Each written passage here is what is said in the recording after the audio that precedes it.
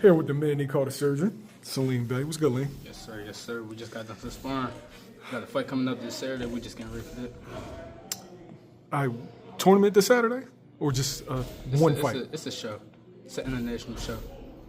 Okay, so you've gotten to the point where you complete exclusively internationally, or do you still do both? No, I got re-qualified for the elite team this December, but this is a good opportunity for me to just go out and show my opportunities, show my skills to the world on the international stage. We taking headgear off. I'm competing elite for the first time, so I'm moving up. Oh, shit, no headgear? No headgear. So this is like the prerequisite to the professionals. Yeah. All right, well, tell me, how do you put yourself in that mental space now? It's the first fight without headgear. And, like, what's going to be the differences in the approach and just you in general?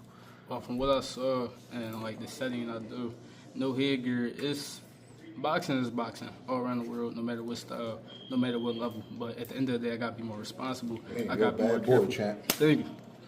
Got to be more responsible, more careful, more defensively aware. And most of all, I just got to be myself and be sharp and be strong, not taking a lot of chances. Do you know how much of a compliment that is, Yeah. Reg? Yeah. Reg doesn't think anybody's good. Literally. Reg, you either a lemon or you're a lime. Lemon is supremely ass. Lime is if you I'm not alone. you're looked at as one of the next guys that's going to carry the sport, right? What's the transition been like for, being decorated amateur to now you are the amateur that all the pros call or world champions call when they need work? To me, it's flattering, and it lets me know that I'm on the right track, going into my pro career and just going into my international and Olympic careers, just stepping up to the next level, just knowing that I'm going in the right direction and the right people are noticing me and calling me, giving me these phone calls and giving me these opportunities to grow and work with the best fighters around the country and around the world. It's just, it's big for me. You ain't got to tell me who, but how many championship camps have you been in so far? Shit, you just in one right now. Yeah. I mean, at least 3 or 4. At least 3 or 4. I could count my fingers, off the top of my head. At least 3 or 4. Probably a couple more. I don't know, but I've been working with some of the best fighters around the country since I was 15 years old. So 3 going on 4 years now. I've been on that level where the pros that recognize me and they calling my name and just giving me these opportunities. Now, do you kind of watch them? Like, I know you're working with them, but do you watch how they conduct training camp? How many rounds they do? Yeah. What do they do after this and that? Yeah, Stealing stuff from when you decide to make the jump? Definitely.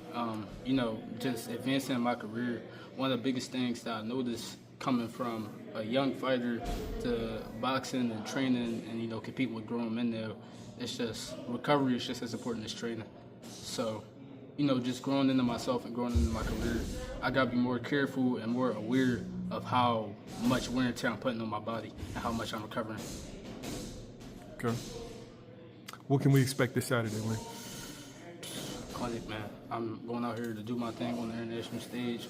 I'm going out here to show the world who I am, not just the country, but the whole world. So, I hope everybody is watching. I'll post on my page so everybody can tune in at the search on Instagram. But, I'm just going out here to be myself. I'm myself everywhere I go, and that's what I stand on.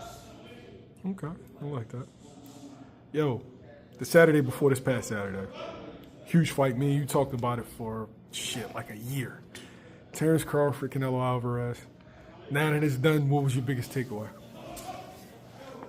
But this thing, but from the clinic, but it was a very, very impressive, boxing IQ. He showed this IQ on the highest level, and Canelo wasn't fast enough, and Canelo thought he would be stronger, but he wasn't. He wasn't stronger. I mean, all in all, he might have been a tiny bit stronger, but Bud was way too fast, and speed is power at the end of the day. So when push came to shove, Canelo wasn't ready for it. He wasn't able to deal with Bud's speed. Bud was too dynamic. Canelo was too flat. He was walking forward the whole time, just looking for that one big shot. And by the time he even found his rhythm, he was already 6 rounds into a fight. So he was on his highs. He was on his heels, Were you surprised by how it looked? Because I know when people thought that if Bud had a chance, it would just be, with movement and speed. But there was times he stayed in there, exchanged with him, and he won majority of the exchanges in the pocket. Yeah. Nah, that wasn't really surprising. By the time the first bell rung, you could already tell what direction the fight was kind of going in. Bud was the faster man. Bud was just as strong, if not stronger, than Canelo that night. So, the way that Bud adapted to that weight was very good, and just more than anything, he was the smarter boxer. Is this the best one of his career? I know people criticize Bud's resume, but in the two biggest fights, one fight he kind of he dish-ragged Spence. And then this fight he kind of just nullified and neutralized Canelo. I think it was definitely the best performance of his career, because it was a tougher fight. It was competitive. He had to stay focused the whole time. He really showed how smart he was as a boxer, not just a brawler. What should he do next? Should he stay at 68? Should he go down to 60 and get another belt in the division? What makes the most sense? Or should he, put his hat in the ring like the Undertaker and then be done? I feel like Canelo was the perfect fighter at 68, and like Bud said, Canelo was a small fighter that moved up. He started at 40, 47? Yeah. And moved up to 68. So they were essentially the same size. When Bud got up there, it was that same style, and it wasn't no problem for him adjusting to that weight. But the other people at 68, like Bivol and Beterbiev, they big, man. They big. And not to say that Bud can't deal with them, because the way he been moving around, you don't know what he's capable of. But, I feel like it's his choice. He can do whatever he want in this point of his career. He's just at that level. I remember Turkey was like, yo, can Benavidez make 168? I was like, bro, don't nobody want to see that shit.